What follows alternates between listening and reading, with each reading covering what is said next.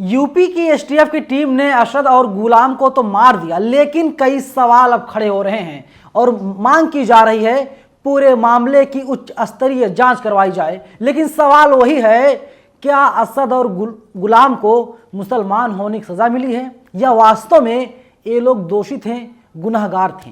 नमस्कार, मेरा नाम है नवीन कुमार नंदन और आप देख रहे हैं नेशनल दस्तक। सोचिए किस तरीके से असद और गुलाम को मार करके ढेर कर दिया गया। पुलिस ने कहा हमने एनकाउंटर कर दिया है, और जो असद के पिताजी हैं अतीक अहमद, उनको लेकर के कभी पुलिस साबरमती जेल जाती, कभी इलाहाबाद लेकर के आती है। हालांकि अब राजनीति इस पर लगातार गर्म होती हुई दिखाई दे रही है। जब असद और गुलाम का एनकाउंटर किया गया, उसके बाद उत्तर प्रदेश के पूर्व मुख्यमंत्री अखिलेश यादव का ट्वीट आता है। मैं आपको बताऊंगा ट्वीट में अखिलेश यादव ने क्या कुछ कहा है। और आजकल सोशल मीडिया पर एक लिस्ट है जो बहुत तेजी से वायरल हो रही है। उस लिस्ट को देखा जा रहा है, उसमें कोई भी मुसलमान नहीं है, और अपोजिशन का कहना है कि अगर उसमें कोई मुसलमान होता तो उसे सजा दी जाती, उसका इनकाउंटर कर दिया जाता। लेकिन जो आरोपी हैं, दोषी नहीं आरोपी हैं, जिनके ऊपर कई गंभीर आरोप लगे हैं, कई मुकदमे दर्ज हैं, किसी के ऊपर तो 100 से ज़्यादा भी मुकदमे दर्ज हैं, लेकिन उनका इनकाउंटर नहीं हो रहा है। देखिए, पहले अखिलेश यादव का ट्वीट देख लीजिए। अखिलेश यादव ने ट्वीट किया है, झूठे इनकाउंटर करके भाजपा सरकार सच्चे मुद्दों से ध्यान भटकाना चाह रही है। भाजपाई न्यायालय में विश्वास नहीं करते हैं। आज के वह हालिया इनकाउंटरों की भी गहन जांच पड़ताल हो और दोषियों को छोड़ा जाए। सही गलत के फैसले का अधिकार सत्ता का नहीं होता है, भाईचारा के खिलाफ भाजपा है। वहीं भारतीय जनता पार्टी का ट्वीट आता है, कोट करते हुए बीजेपी के ऑफिशियल हैंडल से लिखा जाता है, तुष्टीकरण की राजनीति में अंधे हो चुके अखिलेश यादव जी को अपराधियों के एनकाउंटर से बेहद पीड़ा हो रही है। वह उनके प्रति सहानुभूति दिखा रहे हैं, उन्हें पीड़ा भी क्यों ना हो। उन्होंने इन अपराधियों को बड़े लाड़ प्यार से जो पाला था, भाजपा सरकार में उनका खात्मा हो रहा है। अब आप देख लीजिए, ये आरोप और प्रत्यारोप का दौर चल रहा है। लेकिन आलोक चिक्कू नाम के एक ट्विटर यूजर हैं, इन्होंने ट्वीट किया है। ठीक है, बीजेपी फॉर यूपी यानी जो बीजेपी का ऑफिशियल ट्विटर का पेज है, उसे टैग किया है। अखिलेश यादव लिस्ट के इस नेताओं को भी पाले हैं, इनका नंबर कब आएगा। नाम सुनिए ध्यान से।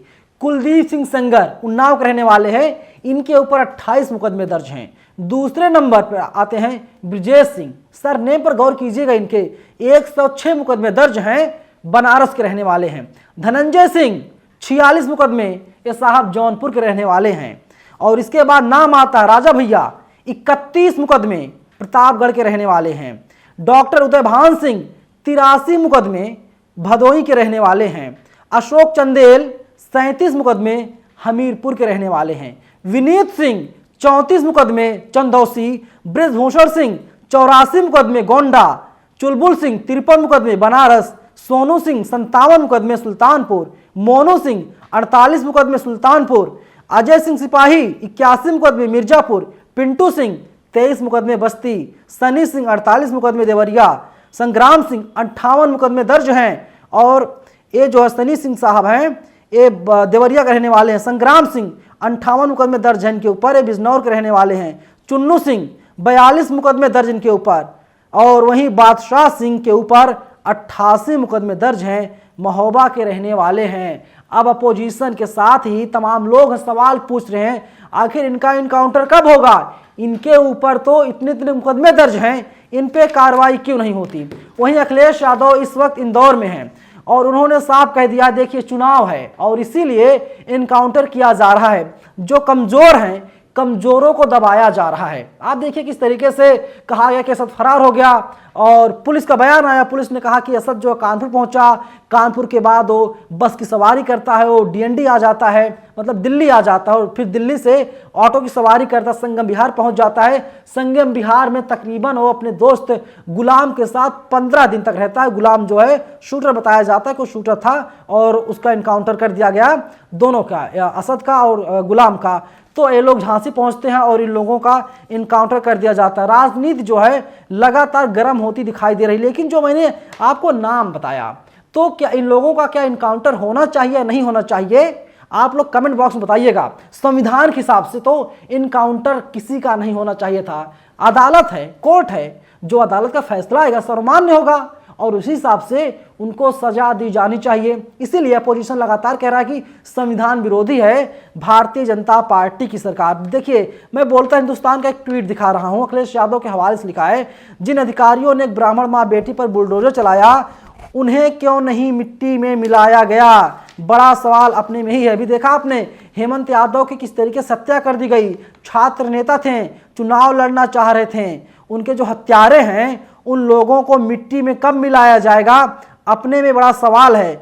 आज जो जागरूक लोग हैं वे लोग यही सवाल पूछने का काम कर रहे हैं, लेकिन सरकार की तरफ से कोई जवाब नहीं दिया जा रहा है। अब इसके अलावा तमाम लोग हैं जो लगातार सवाल पूछ रहे हैं सरकार से, लेकिन एक पक्ष है कि जो लगातार इनकाउंटर को ठीक बता रहा है, कह रहा है कि इसी तरीके से सजा दी जानी चाहिए। लेकिन जो लिस्ट है, लिस्ट लंबी चौड़ी है और बड़े बड़े नाम इसमें शामिल हैं, लेकिन उनके ऊपर कोई कार्रवाई नहीं की जाती। इसीलिए अखिलेश यादव खुलेआम कहते हैं कि देखिए कि योगी आदित्यनाथ जो उत्तर प्रदेश के मुख्यमंत्री हैं उनके स्वजातीय हैं, यानी उनके बिरादरी के लोग हैं, इसीलिए उनके ऊपर कोई कार्रवाई नहीं हो रही है। समाजवादी पार्टी के द्वारा एक ट्वीट और किया गया है, उत्तर प्रदेश फेक एनकाउंटर में नंबर 1 है, कस्टोडियल डेथ में नंबर 1 है, नेशनल ह्यूमन राइट ने नोटिस दिया है।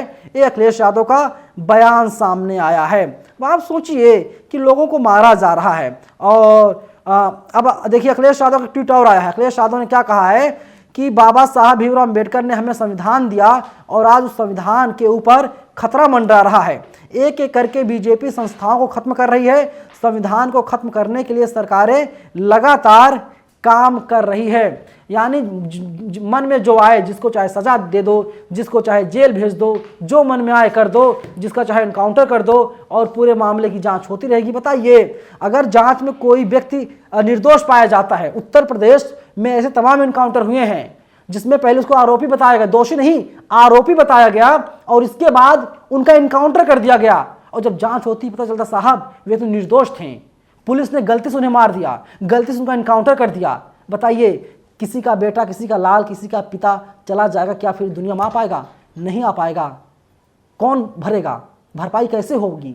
बड़ा सवाल है, लेकिन इसका जवाब देने के लिए कोई तैयार नहीं है।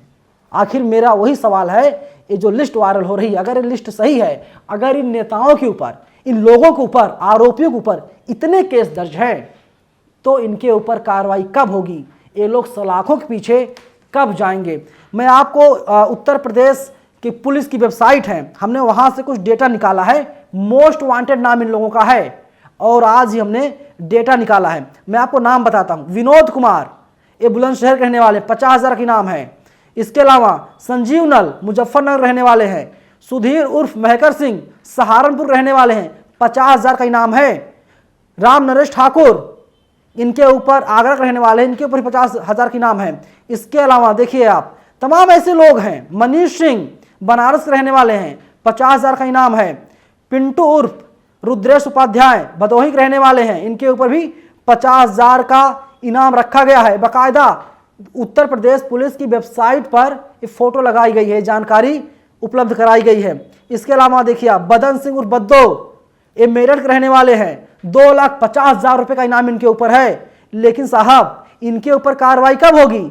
बड़ा सवाल अपने में यही है। आदित्य राणा, 2.5 लाख रुपए की इनाम, बिजनौर, बताया जा रहा है कि इनका इनकाउंटर कर दिया गया है आदित्य राणा का। इसके अलावा देखिए आप, रामचरण उर्फ बौरा, ये बाराबंकी के रहने वाले हैं, 3 लाख रुपए का इनाम इनके ऊपर है। वहीं दिनेश कुमार सिंह, 1.5 लाख रुपए का इनाम है।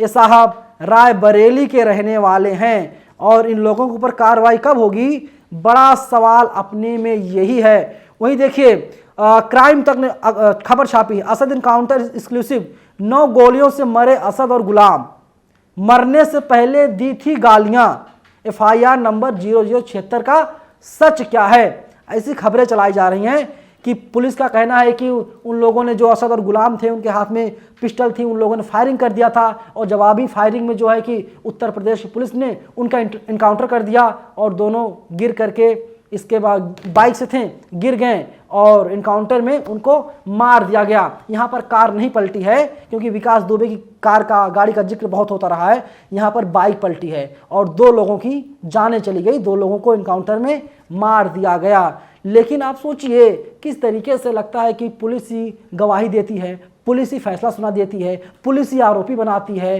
पुलिस ही सब कुछ करती है। यानी लगता हमारे देश में अब अदालत का कोई काम धाम नहीं है। अदालत को तो बंद कर दिया जाना चाहिए, क्योंकि जब सब सारा काम पुलिस को ही करना है। आप लोगों को क्या लगता है? आप लोग हमें बताइएगा जरूर। धन्यवाद।